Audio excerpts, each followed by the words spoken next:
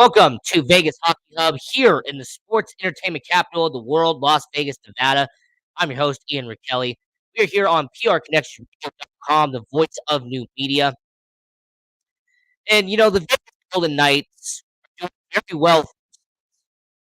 Star-studded roster, talent after talent after talent.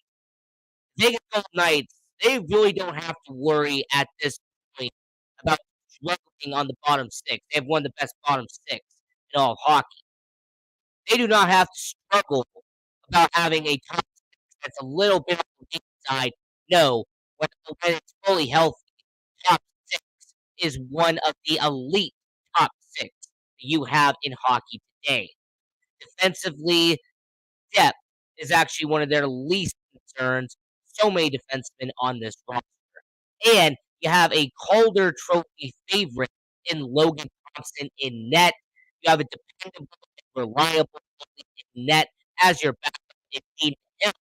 So there really isn't many holes that need to be filled on the Vegas Golden Knights. But you got your host, Ian Raquel.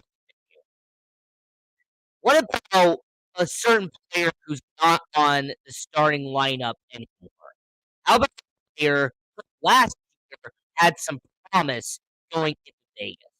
How about a player who unfortunately, it's not his fault, but unfortunately, his body and and what's going on with him has not been able to translate to the NHL. This episode is going to be talking about what has happened to Nolan Patrick. What has happened to Nolan Patrick ever since he joined the NHL? Because look, he had a star-studded junior career. He was excellent playing WHL, and I'll show you the stats in just a moment. But what has happened to Nolan since joining the NHL? Because it's a really interesting case. This guy wasn't a second overall for no. Wasn't like they randomly took the Nolan Patrick second overall. He was in there for a reason. So, in this episode of Vegas Hockey Hub, we will be discussing what has happened to Nolan Patrick and discuss his future with Vegas Golden. Now, the one part about Nolan Patrick that a lot of people haven't really talked about is how stellar he was in the WHL. How Nolan was a great player when he was 14, 15, 16, 17 years old. Nolan Patrick was a future asset in the NHL someday. And really just to back that up, all you have to do is look at those statistics right there on the screen. Nolan Patrick, he only played a few games in his first year in juniors. But then from that point, he essentially took off and became a star-studded, a that you had to watch out for in junior hockey. That 2014-2015 season was a to what was going to happen the following year. Having 38 goals and 71 as a 16-year-old was quite impressive. But that 15-16 year is what got him on everybody's radar in the NHL. That 15-16 year, just look at those stats right there. 54 goals, 132 in that entire game. Not only was he given the WHL's Rookie of the Year, but he also managed at that same time in the WHL. He got them as a captain to the Memorial, which for anybody who doesn't know, the Memorial Cup is the most prestigious cup you can get in junior hockey up in Canada. There's people in the OHL, WHL, and KMJHL. That's their. So he got the brand games in 2016 to the Memorial. And that photo right there, that is holding the trophy for the WHL being the team in Western hockey. He was also given the WHL MVP in that 2016 season. He also was the first 17-year-old to score over 100 points since 1977. Think about how long ago that is. That almost 40 years from the last time somebody at 17 years old scored 100 points with a week.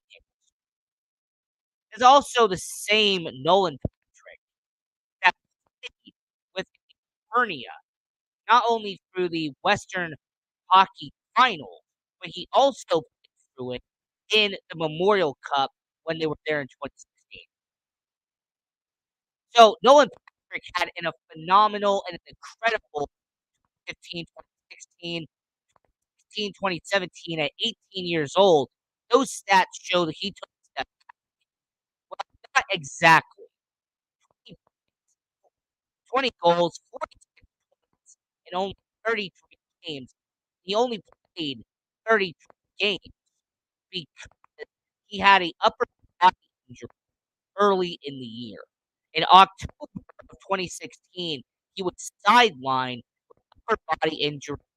He also had been announced that he was not medically cleared to be on Team Canada's World Junior Championship. That's why he did not participate and or be on the roster for Team Canada's 2017 World Juniors. So he missed the regular season. He missed all the playoff games for the Brandon that year because of that upper body injury. This is unfortunately a regret you're gonna notice with Nolan, even though that he had a insane amount of talent. And just watching his junior film, you could see his talent in display. He missed 12 games in the WHL injury. He missed a certain amount of time in 2016, 2017, the hernia injury, which was, again, sidelined because of what happened the year before. Now, Nolan Patrick missing that amount of time, that most of the time should have impacted where you were going to go in the NHL draft. However, Nolan Patrick was ranked number one North American skater by the NHL. There was even scouts who said that he had proven over the past 20 years that he is the real and will be an impact NHL player in the majors. So, in the 2017 NHL draft, he managed to be a good quality. He managed to be a player, which got selected second overall by the Philadelphia Flyers. He was taken in the same draft. The Vegas Golden Knights had a trio of first. Noah taken second overall. Yes, they're going to be Philadelphia Flyers fans. Of the three picks for All-Star, Myron, All-Star, Star, and All-Star Elias. So you had three All-Stars taken right after Nolan. And even later in the draft, you had Nick Suzuki, who was taken 13th overall. You had Jake Ottinger, taken at 26, who's become a solid goalie in the NHL. Robert Thomas, taken at 20. Josh Norris, taken at 19. There's been some good talent in this. So Nolan has to always be one notch, unfortunately, that most people associate him with. The fact that he drafted before future All Stars back to back. But how did he do in Philadelphia? How did he perform with Philadelphia Flyers? Well, first season he was in the NHL, he played 73 of 82 games. He had 13 goals, 17 assists, 30 points, and He actually played in his first ever playoff for the Philadelphia Flyers that season. So that year was growing. He had his NHL debut, in the October of 2017. Now, the reason why he missed 9 games is because he took a Anaheim Ducks player, Chris Wagner, and missed 9 games because he had to recover from an injury. Now, Nolan Patrick being injured, like I said, is unfortunately going to be a theme here on this episode. But yes, he missed 9 games in year 1 of his professional hockey career due to injury. How about year 2? How did Nolan Patrick perform in year 2 with Philadelphia Flyers? Well, 13 goals, 18 assists, 31. And even though he was selected as the number one player by the NHL Network for that year, Nolan Patrick in 72 games that year. The reason why he played 72 games that year because of was once again he just could not be in the lineup every single. Now the 2019 NHL offseason is no one unfortunately goes from bad because the entire 2019 NHL season, Nolan Patrick was out because he was diagnosed with migraine disorder. So in 2019 NHL season, he began to feel headaches, his suffering during practice. Even though he was initially diagnosed with an upper body injury at the Flyers training camp, he went over to the University of Michigan, visited some neurologists, and he was diagnosed with said migraine disorder. Now, he clarified that the migraines were not related to hockey, and that it was a condition that was being rampant in his family. So when I said earlier in the show that this isn't Nolan Patrick's fault that he has underperformed in the NHL, I was not kidding about that. Nolan Patrick having a condition that runs in his family and that affecting his hockey, that's something that he had nothing to do with. There's not anything he can do not over. There's not any programs, nothing like that. Unfortunately, with Nolan Patrick, is a situation where it's diagnosed with something and it's going to be a part of his career forever. Now, the rest of that 2019-2020 season, however, Nolan Patrick ended up not being on the roster for that 2020 COVID-19 bubble situation with the Flyers. So, the 2020 season, his final year with Philadelphia Flyers. Now, he's getting the rookie salary of $874,000. He cleared all medical protocols. He's practicing with the team. He is a middle six forward for the Philadelphia Flyers. And great, he scores in his game against the Pittsburgh Penguins. It was his first NHL game in over 600 days. Now, this pandemic short season, he played 52 of 56 games. He only had 9 points, unfortunately, and minus 30 in terms of minus. Now, he did miss 2 games. Now, the reason why he missed those games was shot off the ear, and he worried that it would amplify his headache. That's why he missed those games. Now, with Noah Patrick, and we're getting towards the halfway, he gets a new agent. He has a bunch of things going on. So, in the 2021 NHL offseason, Nolan Patrick was not once, but twice in the same day. Nolan Patrick was swapped with the National Predators in exchange for Ryan Ellis. And then the National Predators sent him to the Vegas Golden Knights to get Cody Glass. And then on not only that same offseason, he would sign a 2-year deal for $4 million with Vegas to be part of the team. Now, why would he play for the Vegas Golden Knights? What would make the Vegas Golden Knights take a chance on a second overall pick in Nolan Patrick? The reason why is back to his junior days playing for the Brandon Wheat Kings. The WHL Brandon Wheat Kings at the time was owned and head coached by Kelly McCrimmon, the current general manager of your Vegas Golden Knights. So because Kelly McCrimmon would know the talent, because Kelly McCrimmon would know firsthand knowledge about Nolan Patrick, that is why he became a Vegas Golden Knight. And, with Nolan Patrick in that situation, his first season with the Vegas Golden Knights, 2021, 2022, 2 goals, 5 assists, 7 points in only 25 games.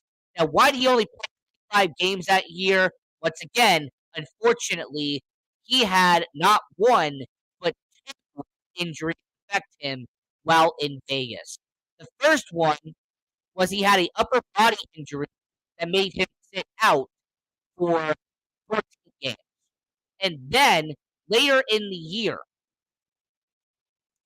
he took a shot from Nathan MacKinnon. And this shot from Nathan MacKinnon was a shot that was up high. It was a very high hit. And because of that high hit, he played a few games afterwards and then sat the rest of the 2022 season with the Vegas Golden Knights. Now, they classified it as an upper body injury.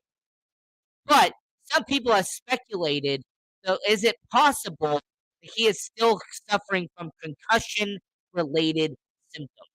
Is it possible that that hit to the head, that hit being up high, that it could have had something to do with the migraine disorder that he was diagnosed with in 2019? Now, the bad news about all of this is that Nolan Patrick will miss the entire 2022-2023 season due to said upper body injury. And there's even been rumors surfacing around that he will be considering retirement at the end of the season. And as somebody who's a fan of Nolan Patrick, somebody who wants to see him succeed, it is very unfortunate that if Nolan Patrick has to retire at only 24 years of age, that it will only say that injuries, injuries, injuries is why it happened. That injury-riddled seasons is what affected Nolan Patrick. So, that's the show when it comes to Nolan Patrick, discussing what's been going on with Nolan Patrick. Now, we're going to talk about the Vegas Golden Knights for just a few minutes here on Vegas Hockey Hub. And, when it comes to the Vegas Golden Knights, there's plenty to talk about. The Vegas Golden Knights, 11 games above 500, the best record in the Western Conference. There's a lot to discuss. There's a lot to go over. And the one part that really needs to be brought up is the injury factor that's been kicking in. The Vegas Golden Knights, they have been dealing with a lot of injuries over the last few weeks. You've had Jack Eichel, who has suffered a lower body injury. He has missed a few games. How about the fact that Shea Theodore now has an undisclosed injury? We don't know when he's going to return. How about Brett Howden, the guy in your bottom six, a lower body injury? He'll be out for day to day. And Alex Pietrangelo is out due to personal reasons. So the Vegas Golden Knights have 2 of their very important defensemen currently out. The Vegas Golden Knights, Mark Stone took a very bad hit, and it's unquestionable if he's going to be back. Jack Eichel suffered that lower body injury. He has been out for a few games.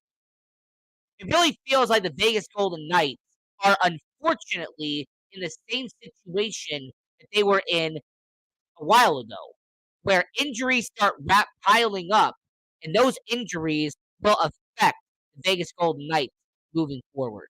And if this really starts becoming the case, who else are we going to expect to get injured? I mean, Chandler Stevenson has been a rock for the Vegas Golden Knights. Unfortunately, he has not scored many points in the last 11 games. How about the MSK line of Riley Smith, William Karlsson, Jonathan Marchessault?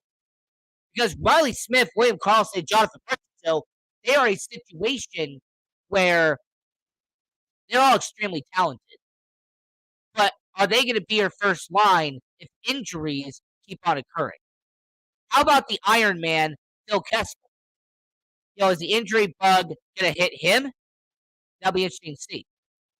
How about Paul Cotter, who's an exceptional talent? I mean, Paul Cotter is a guy that you could really look at and examine and say, is he going to be a top six forward?